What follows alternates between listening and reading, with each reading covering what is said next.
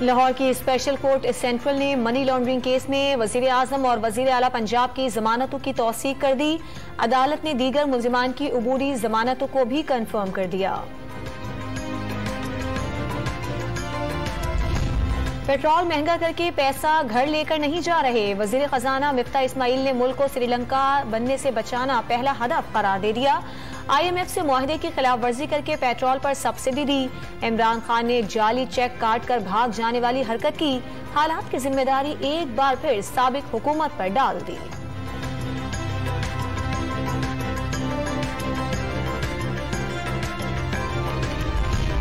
वजीर खजाना खुद कह रहे हैं मुल्क डिफॉल्ट के करीब है। रहनुमा PTI शाह महमूद कुरैशी ने विफाकी बजट मुस्तरद कर दिया।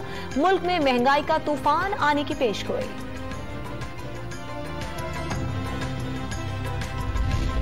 वजीर आजम आजाद कश्मीर के इस्लामाबाद घर पर छापे के खिलाफ D चौक में मुजाहिरा। सिविल सोसाइटी और इंसाफ स्टूडेंट्स फेडरेशन के कारकुनों की शिरकत।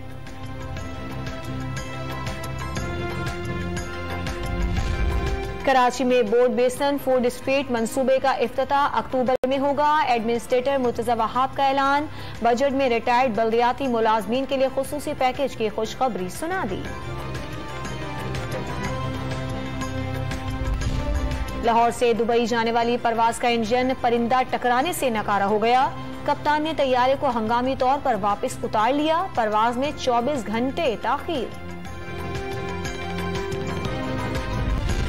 कोयटा से पिशावर जाने वाली जाफर एक्सप्रेस का AC खराब होने से मुसाफिर परेशान। रेलवे इंतजामिया के खिलाफ इश्तियाल फैल गया।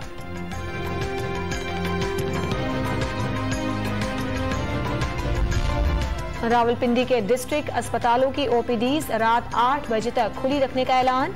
महकमा प्राइमरी हेल्थ केयर ने नोटिफिकेशन जारी कर दिया। और पीपल्स पार्टी के सेनेटर सिकंदर मेंद्रो 78 साल की उम्र में इंतकाल कर गए। कैंसर के बायस पिछले 2 माह से अमेरिका में जेर इलाज थे।